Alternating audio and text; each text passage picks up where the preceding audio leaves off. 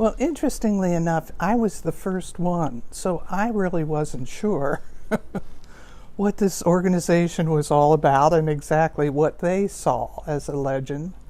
I certainly was honored and kind of overwhelmed to have been asked. And I had to assume, as I thought, well, what got me to be a selection? And I thought perhaps it was that I was the first designer, at least to my memory, that established a firm where all we sold was design. We did not sell any product, and always before, most designers were connected to a store or had their own shop where they were selling product. We weren't selling product, we were selling good design and the knowledge and experience to know what was out there. Well, obviously, that was an honor. When I look out over the room and I see names that I see in the paper all the time and on projects, it's just an honor to be with you as peers, and then it's an honor to have received that kind of recognition. But then I started thinking about it, and so I looked it up in the dictionary, and what is a legend?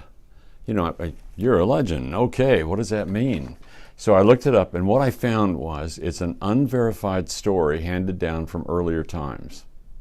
One popularly believed to be historical, a romanticized one, I like that part, the popularized myth of modern times. The word legend has come in recent years to refer to any person or achievement whose fame promises to be particularly enduring. Makes you want to cry. That is so nice.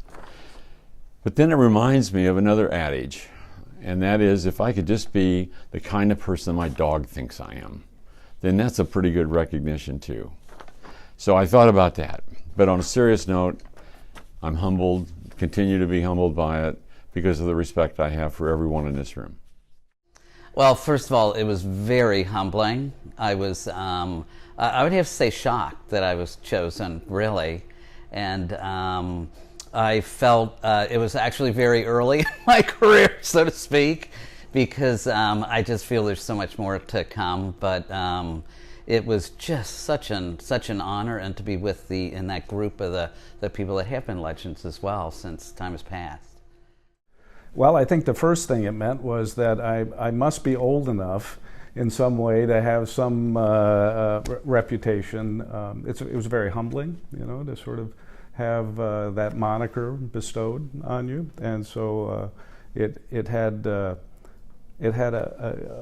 mixed emotions, I think, from that standpoint. But I think humbling would be the one that probably rings true. First of all, it was a surprise that I was selected to be a legend, but it was gratifying to feel like your peers have selected you to be the legend and in Indiana. And this organization is really wonderful because I feel it's the first organization that has gather architects, interior designers, artists, and they're all equally appreciated, because we do know that in a good design it takes all of us to make it. So it's more about design than our field. And so I was validated. You know, you work so hard all of your life. So when this incredible honor came to me, I was honored and also very humbled to receive such an incredible award. You know, it was one of those things that's probably the greatest surprise in my lifetime.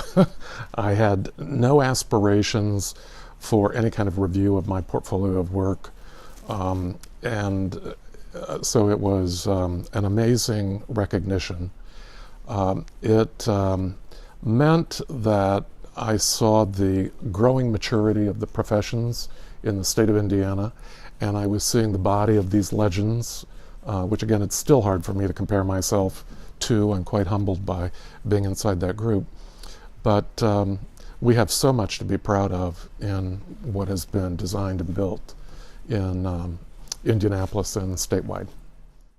Well, I think the first thing that came to mind for me was that I was old, because you don't become a legend unless you're old. So I suppose to some extent I realized it was just sort of getting to that place in my career. More seriously, though, I mean, it really was an honor for me to receive that award. It was unexpected, and it was not something that I sought, and so when I was informed of it, it was very humbling, frankly, for me. I was thinking about these answers, and the first thing it meant I was old.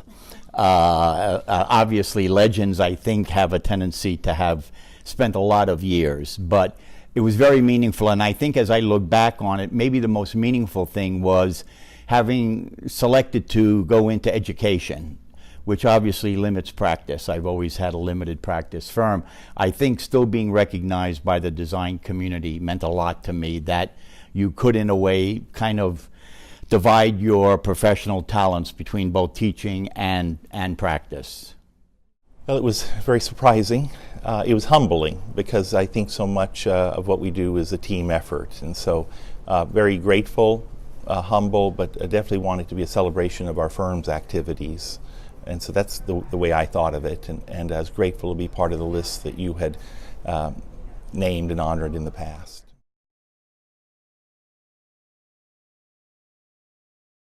The first one I would say is in 1977, Thanksgiving of 1976, the book Indianapolis Architecture finally got published. It took 3 years. There were 11 of us that wrote it, and it was on the bestseller list for 8 weeks. It just happened to come out at Christmas in a bicentennial year. So publishing the book Indianapolis Architecture was one of the highlights. Well, I have felt, and I use the word blessed, I have felt so fortunate in my career. I hope you don't mind me mentioning more than one. 54 years ago, when I got a Fulbright scholarship to Turkey, I thought that was going to be the highlight. About in 77, I got a Lilly Open faculty fellowship and went to Harvard and MIT. I thought that was going to be the highlight. I was elevated to fellowship in the AIA in 2001. I thought that was going to be the big highlight. And then I think maybe one of the more meaningful ones, I got the National Educator Award from the American Institute of Architecture students. And I've always felt that acknowledgement by students when you choose to be an educator primarily is really the highest accolade, in all due respect to getting professional awards. So that meant a lot to me. That question I thought was very interesting, because I don't have one highlight. It's really my whole career. I think a lot of times people will expect me to say one of the many celebrities I've worked with, and I would say more than that. It's when we do a personal project and do a narrative for what we're doing, and we reveal it to the client, and it actually brings tears to their eyes, which has happened, which is just stunning to me. So I would say that would be my answer.